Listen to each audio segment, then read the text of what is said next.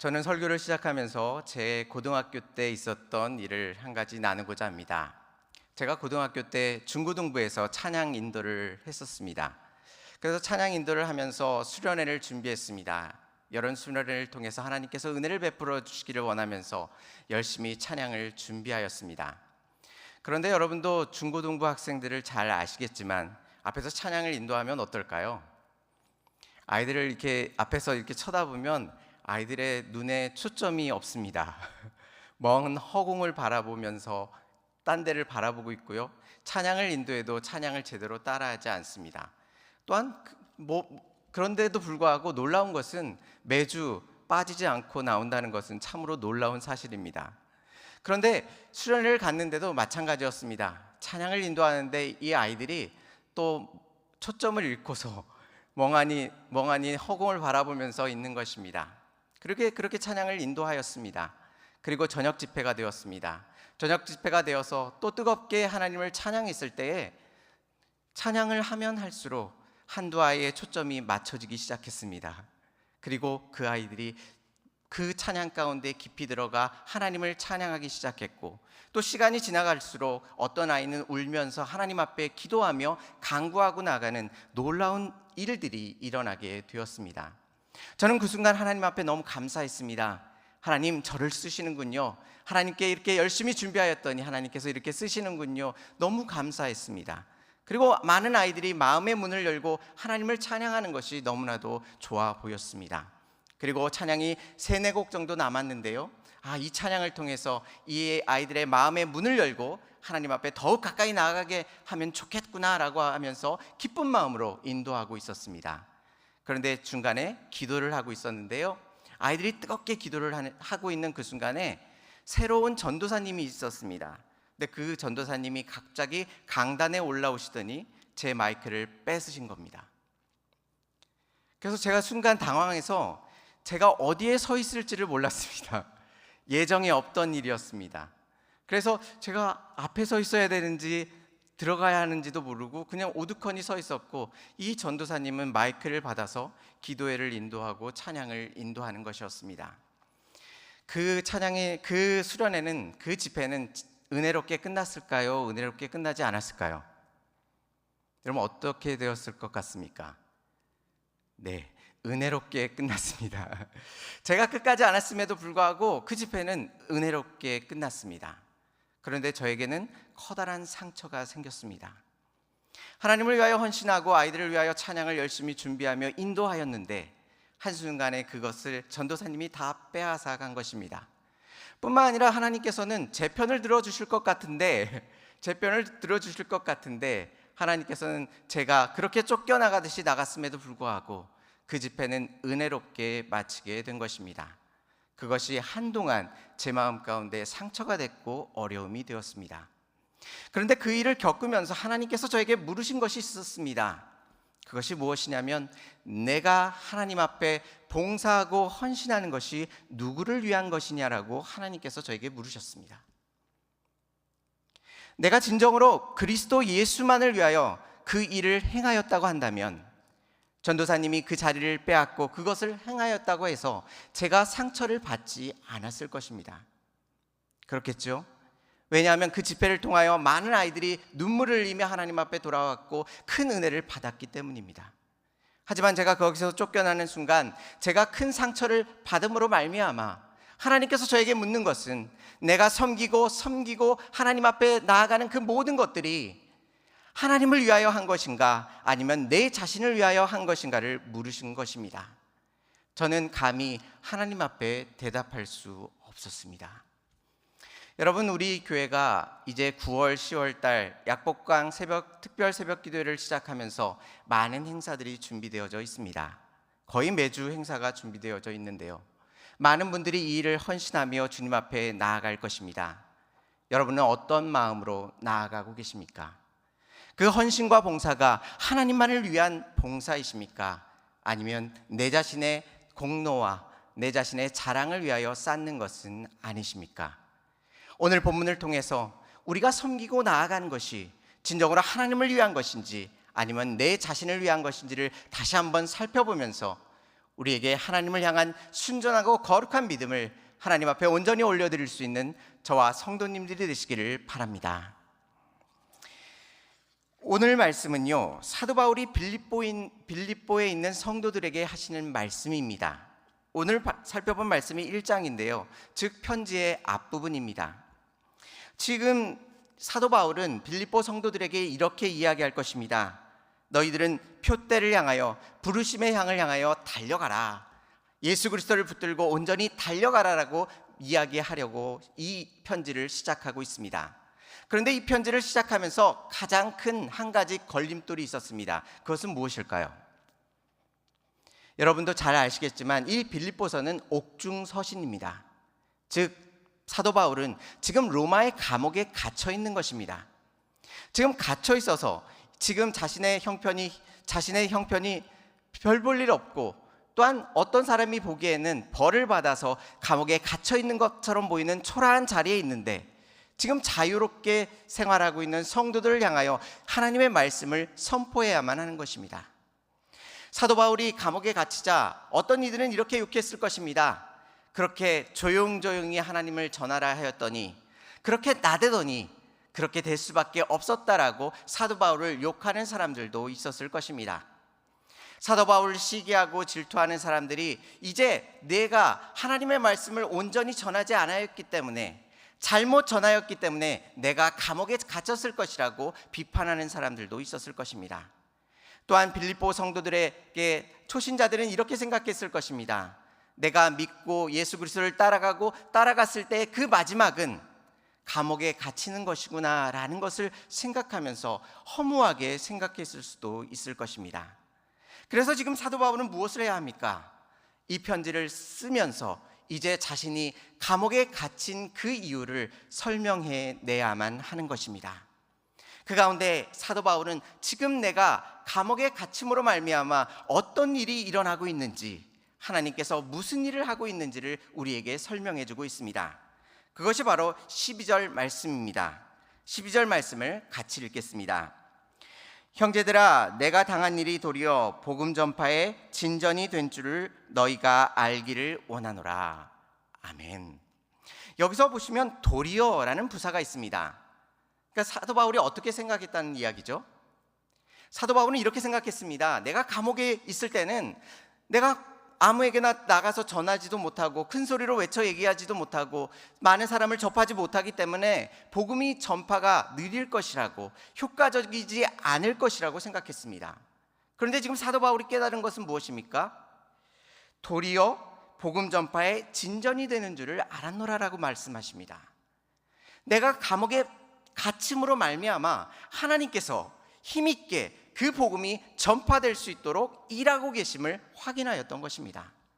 구체적으로는 어떻게 일어나고 있었을까요? 14절 말씀을 보시면요, 형제 중 다수가 나의 매임으로 말미암아 주 안에서 신뢰함으로 겁없이 하나님의 말씀을 더욱 담대히 전하게 되었느니라 라고 말합니다.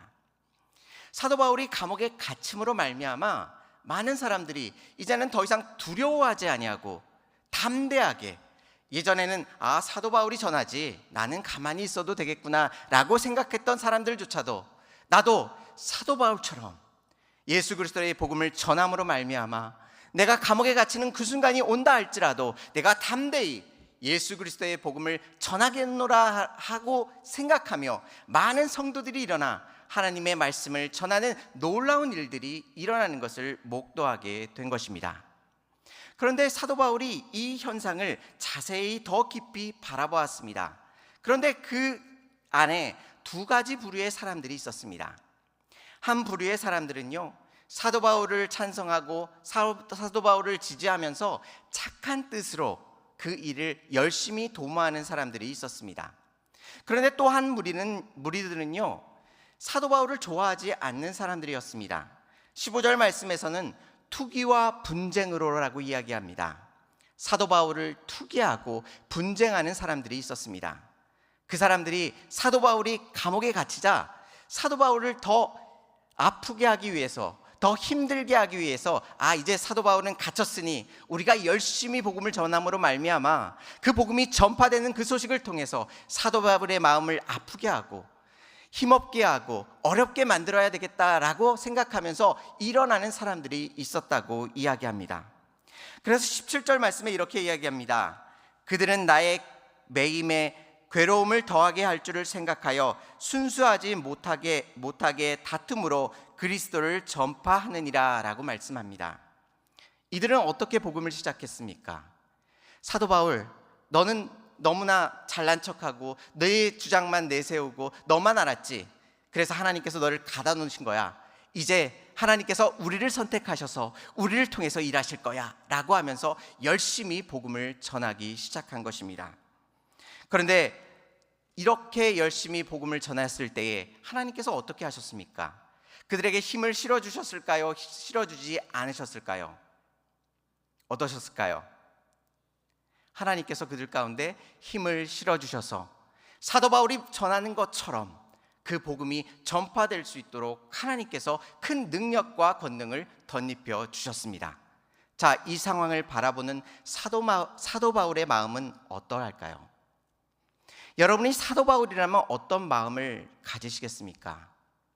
하나님께서는 분명 내 편이 되어 주셔야 할 것 같고, 나를 시기하고 질투하는 사람이라면 저 사람을 통하여 일하시는 하나님께서 일하시는 것을 좀 적게 하시던가 못하게 하시던가 하셔야 할 것 같아 보이는데, 나를 비판하고 나를 시기하며 질투하는 그 사람들을 통해 일하시는 것이 전혀 거침이 없고 나와 일하시는 것과 동일하게 힘있게 역사하시는 그 모습을 바라보면서 사도 바울은 한편의 상처를 받고 어려움 가운데 놓여져 있었을 것입니다. 그런데 사도 바울은 이 일을 통해서 귀한 것들을 몇 가지 깨닫게 됩니다. 첫 번째로 깨달은 것은 이것입니다. 첫 번째로 깨달은 것은 하나님께서는 투기와 분쟁으로도 일하신다는 사실입니다.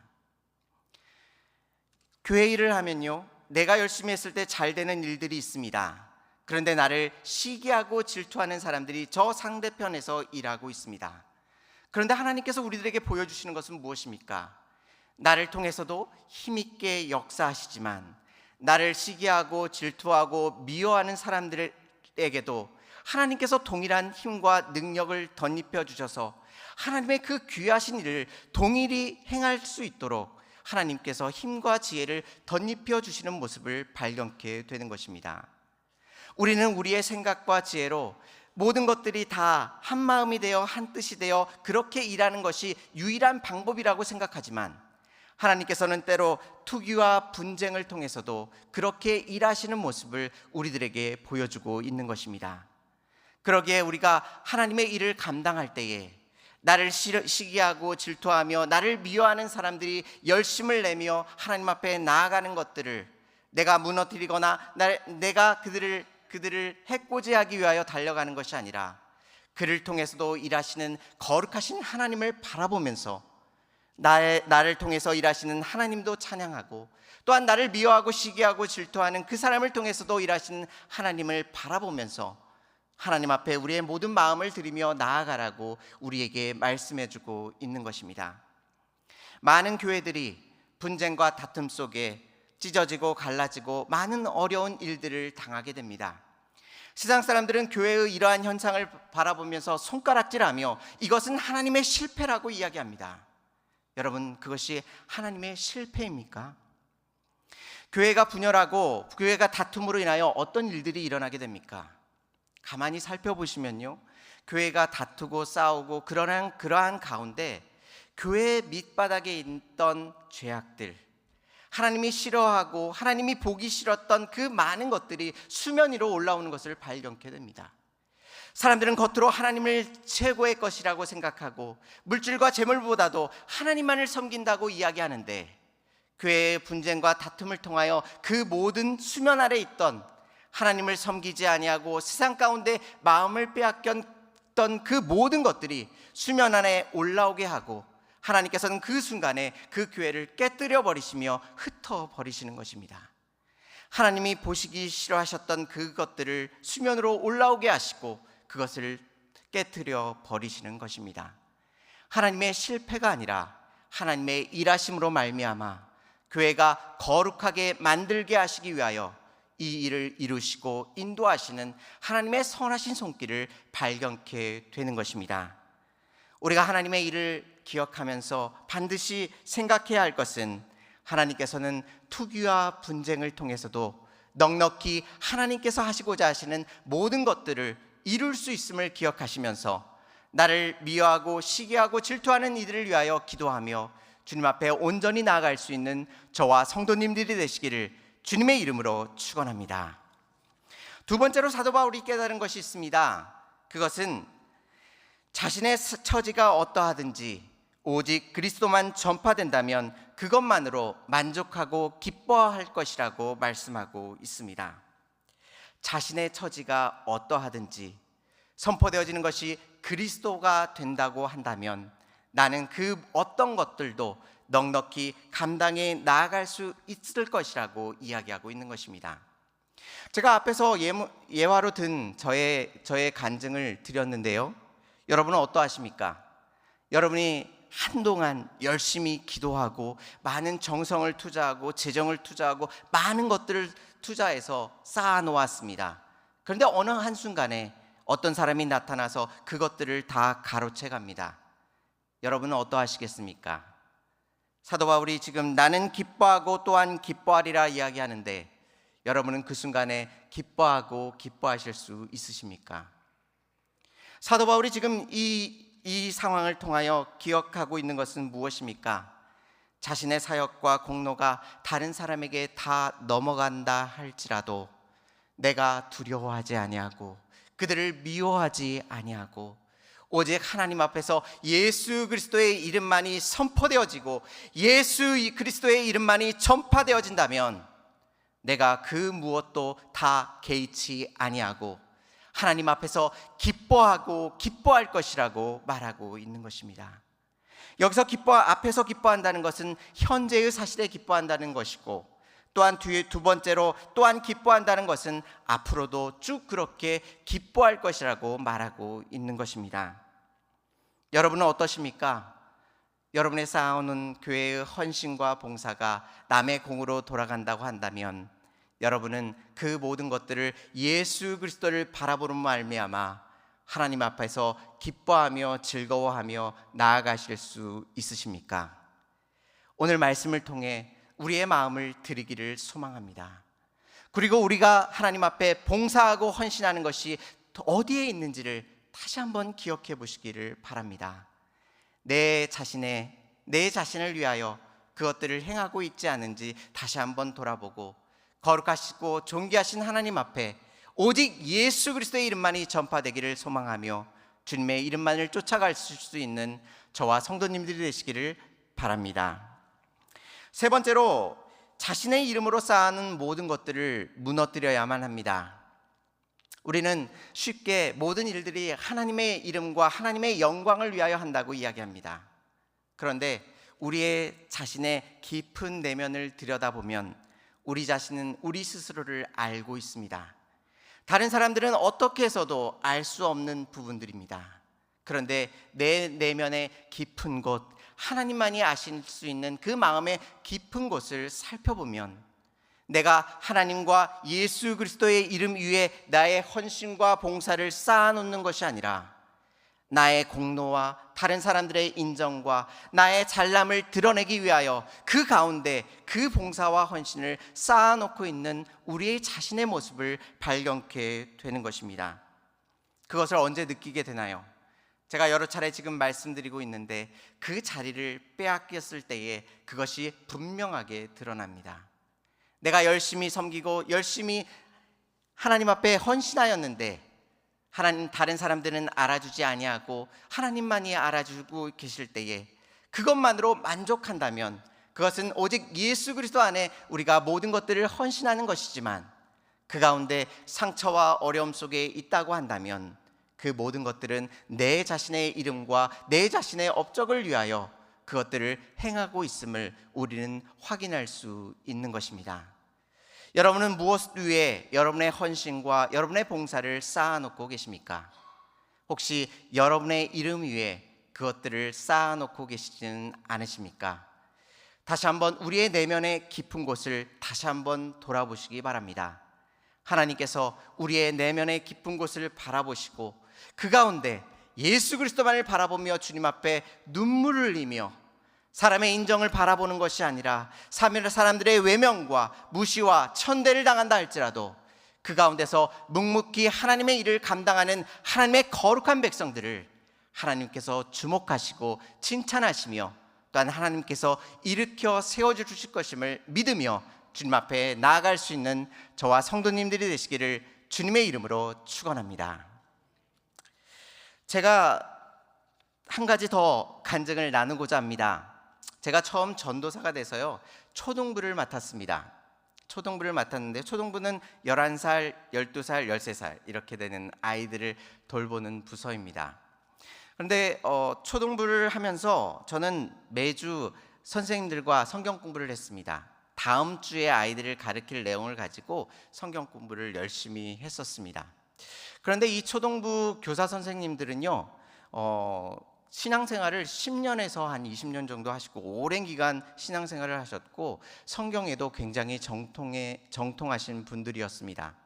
그렇게 성경 공부를 하는데 어느 한 주는 신학적으로 굉장히 어려운 주제를 이야기 나눌 수밖에 없었습니다. 그 내용을 다루어야 했기 때문이죠. 그래서 저는 열심히 준비해서 그 내용을 설명을 드렸습니다. 그런데 그 얘기를 다 듣고 나서 선생님 한 분이 저에게 따져 물었습니다. 전도사님, 그것은 틀렸습니다. 잘못됐어요, 전도사님. 전도사님 잘못 알고 있는 것 같아요 라고 얘기하는 겁니다. 그 순간 당황해서 정신을 바짝 차리고 다시 한번 열심히 설명을 했습니다. 그랬더니 다른 분들도 일어나서 전도사님이 틀렸습니다. 전도사님이 잘못 알고 있는 것 같아요 라고 얘기하시는 겁니다. 열심히 설명했지만 이해를 못 하시는 것이었습니다. 그런데 제가 오후 사역이 있어서 그 모임을 급하게 기도로 마무리하고 그 방을 빠져나와서 복도로 걸어가고 있었습니다. 그런데 이분들이 제가 다른 곳으로 간지 알고 교사 선생님들끼리 이야기하는 줄 알고 한 분이 이야기를 하시는 것입니다. 무엇이라고 이야기하시냐면 요즘 총신대에서는 자유신학을 가르친대. 전도사님이 이렇게 가르치는 것이 자유신학을 잘못 배워서 지금 전도사님이 이렇게 잘못 가르치고 있는 거야 라고 이야기를 하시는 겁니다. 그래서 제가 가슴이 철렁 내려앉았죠. 그리고 그 옆에 있던 교사 선생님이 이렇게 이야기하는 겁니다. 총신대에서 구약을 가르치는 교수님들이 있으신데 그 교수님 중에서는 11조를 안 해도 된다고 지금 가르치고 있대 라고 하면서 저를 비판하실 뿐만 아니라 저의 스승까지도 비판을 하시는 것입니다. 한순간에 저도 욕을 먹을 뿐만 아니라 저를 가르치시는 교수님들도 욕을 먹게 되는 상황에 이르게 된 것입니다. 그리고 주일날 사역을 다 마치고 집에 돌아와서 잠을 자게 되었습니다. 잠이 올까요? 예, 잠이 오지 않습니다. 상상에 상상을 더하면서 결국에는 이런 생각까지 했습니다. 아, 내 사역은 여기서 끝이구나 라는 생각까지 하면서 그렇게 잤습니다. 그렇게 했습니다. 그런데 1학년 때는 저희가 총신은 화요일부터 목요일까지 의무적으로 기숙사에 들어갑니다. 그래서 기숙사에 들어가서 이제 수업을 시작하게 됐는데요. 첫 수업 시작부터 하나님께서 그 수업의 내용 속에서 이 문제를 다루게 하십니다. 그러면서 하나님께서 저에게 주시는 것은 무엇이냐면, 영수야, 내가 옳았단다 라고 하시면서 교수님들이 그것에 대해서 이렇게 설명을 해주시는 겁니다. 그래서 제가 받아 적기 시작했죠. 관련 증거와 또 성경 구절을 받아 적기 시작했습니다. 그리고 채플에서 예배를 드리는데요, 매일 예배를 드리는데 목사님께서 설교를 하시는데 그 내용을 또 설교를 하시는 겁니다. 또 신나게 받아 적었습니다. 그래서 일주일이 지났는데요, 한 페이지에 가득 제가 옳았다는 성경적 근거와 함께 그 논리적인 것들이 한가득 채워지게 되었습니다. 제 마음이 어땠을까요? 너무너무 기뻤습니다. 아, 하나님 정말 내 편이시군요. 하나님 아버지, 저를 욕하며 제가 틀렸다는 그 교사 선생님들에게 제가 이것을 지금 들고 나가서 그분들에게 정말 내가 명백하게 옳았다는 것을 그들에게 이야기하고 하나님의 그 말씀을 선포해야 되겠습니다. 하나님, 그들이 틀렸고 내가 옳았음을 내가 증명해낼 수 있습니다. 하나님, 내 편이 되어주신 것에 너무 감사합니다 라고 하면서 즐거워하면서 금요일 날 금요 예배에 참여하기 위해서 집으로 돌아오는 버스 안이었습니다. 그 가운데 하나님 앞에 제가 이렇게 기도를 드렸습니다. 하나님께서 이렇게 증거를 주셨는데 이 증거를 교사 선생님들에게 어떻게 지혜롭게 전달했으면 좋겠습니까? 라고 하나님 앞에 기도를 드렸습니다. 하나님께서 뭐라고 대답하셨을까요? 뭐라고 대답하셨을까요? 하나님께서 제 마음 깊은 곳에서 잠잠히 저에게 말씀해 주셨습니다. 뭐라고 하셨냐면 그 입을 닫으라. 제가 아멘으로 받아들였을까요? 제가 하나님 앞에 따져 물었습니다. 하나님 아버지, 교사 선생님들이 지금 저를 전도사로 생각하지 않습니다. 하나님의 말씀을 올바로 전했음에도 불구하고 이 선생님들은 지금 이 말씀을 잘못 전한다고 손가락질하고 저를 욕하고 있습니다. 제가 앞으로 이 교사 선생님들 앞에서 설교를 해야 되고 성경 공부를 가르쳐야 됩니다. 저들이 저를 무시할 것이고 하나님의 말씀을 받아들이지 않을 것인데 제가 어떻게 하나님의 사역을 감당할 수 있겠습니까? 라고 그렇게 기도를 드렸습니다. 여러분, 제 말이 맞습니까? 안 맞습니까? 그렇습니다. 그런데 하나님께서 뭐라고 하셨을까요? 다시 한번 그 입을 닫으라 말씀하시는 겁니다. 그래서 제가 가졌던 그것들을 할 수 없이 찢어버리고 그 다음 주에는 아무런 얘기도 하지 아니하고 다음 과로 넘어갔습니다. 그런데 놀랍게도요, 교사 선생님들의 관계가 너무 좋아졌고요, 성경 공부는 점점점 은혜로운 시간이 더 되었습니다. 그런데 문제는 2개월 정도 지난 이후에 발생했습니다. 2개월 정도 지났는데요, 성경을 공부하는 내용이 그 앞의 내용과 똑같은 내용을 가르쳐야 되는 상황이 오게 된 것입니다. 어떻게 해야 될까요, 여러분? 제가 하나님 앞에 이렇게 기도했습니다. 하나님, 전에 이것이 굉장한 큰 문제를 일으켰고 이것을 또 가르친다면 선생님들이 반발할 것이고 제대로 이해를 못하실 것 같습니다. 하나님, 살짝 이 주제를 벗어나서 이것을 이야기하지 않겠습니다 라고 하나님께 말씀을 드렸습니다. 하나님께서 뭐라고 저에게 응답을 주셨을까요? 어떻게 주셨을까요? 하나님께서 담대히 선포하라 라고 주셨습니다. 담대히 선포하라는 겁니다.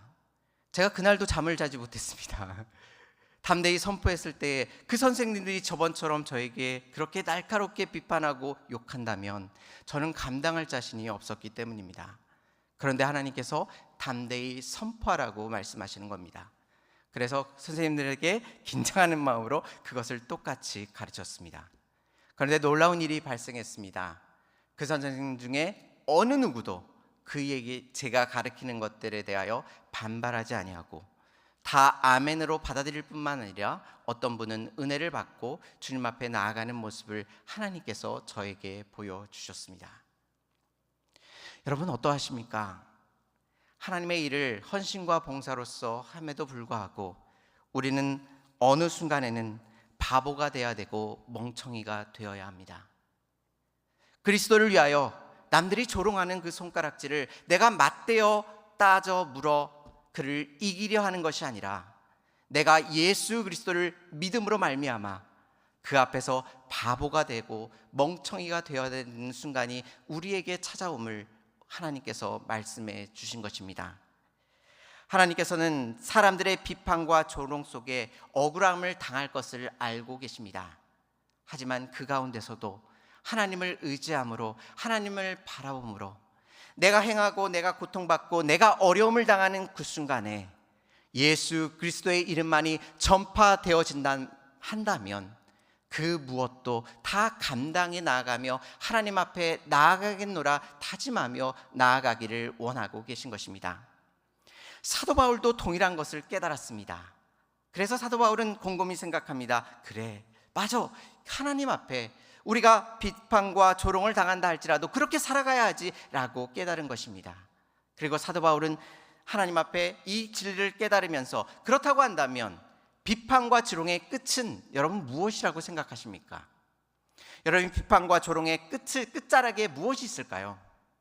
사도 바울이 생각한 것은 이것인 것 같습니다. 다른 사람이 손가락질하고 감옥에서 갇혀서 죽어버리는데 너는 쌤통이다, 너는 하나님께서 저주를 하신 것이다 라고 그렇게 손가락질하는 그 죽음이 찾아온다 할지라도 사도 바울은 이렇게 고백하고 있습니다. 오늘 본문 21절 말씀을 같이 읽겠습니다. 시작. 이는 내게 사는 것이 그리스도니 죽는 것도 유익함이라. 아멘입니다. 아멘입니다. 엄청난 믿음의 고백 아니겠습니까? 죽는 그 순간에도 억울하게 나의 공로와 나의 업적을 다 빼앗기고 오히려 나를 향하여 손가락질하며 비판하며 조롱한다 할지라도 그 가운데 내 안에 계신 것이 오직 예수 그리스도시라면 내가 얼마든지 이 죽음이 주님 안에서 유익함을 고백하며 주님 앞에 나아가겠노라라고 고백하고 있는 것입니다. 여러분은 어떠십니까? 여러분의 헌신과 봉사 그리고 여러분의 죽음까지도 억울하게 모든 것들을 다 빼앗기고 나아간다 할지라도 그 죽음 가운데 예수 그리스도의 이름이 전파되어지며 주님 앞에 놀라운 하나님의 영광의 일들이 나타난다면 여러분은 그것을 넉넉히 감당하며 살아가실 수 있으십니까? 오늘 본문은 우리들에게 그렇게 묻고 있습니다. 우리의 봉사와 우리의 헌신이 누구 앞에 세워져 있는지, 오직 예수 그리스도 앞에 세워진다 입술로만 이야기하며 주님 앞에 나아가고 있지는 않은지 우리에게 예수님께서 묻고 계십니다. 여러분은 어떤 대답을 준비하고 계십니까? 말씀을 정리하겠습니다. 하나님께서는 우리들 가운데 투기와 분쟁으로도 일하실 수 있는 전지전능하신 하나님이십니다. 나를 미워하고 나를 시기하고 질투하는 사람들을 통해서도 하나님께서는 넉넉히 일하실 수 있는 하나님이심을 고백하며 나를 미워하고 시기하고 질투하는 이들을 위하여 기도하고 합력하여 선을 이루실 수 있는 주님의 거룩한 백성 되시기를 바랍니다. 뿐만 내 상황이 어떠하든지 다른 사람에게 조롱과 비판을 받는 그 자리라 할지라도 그 자리 가운데 오직 예수 그리스도의 이름만이 선포되어진다면 주님 안에서 기뻐하겠노라, 실망하지 않겠노라, 기뻐하겠노라 다짐하며 주님 앞에 나아가시기 바랍니다. 마지막으로 우리의 헌신과 우리의 봉사와 우리의 섬김을 우리의 이름 가운데 세워놓는 것이 아니라 오직 예수 그리스도 안에 세워놓음으로 말미암아 우리의 죽음까지도 예수 안에서 유익함을 믿으시고 우리의 모든 헌신과 봉사를 주님 앞에 온전히 올려드릴 수 있는 저와 성도님들이 되시기를 주님의 이름으로 축원합니다.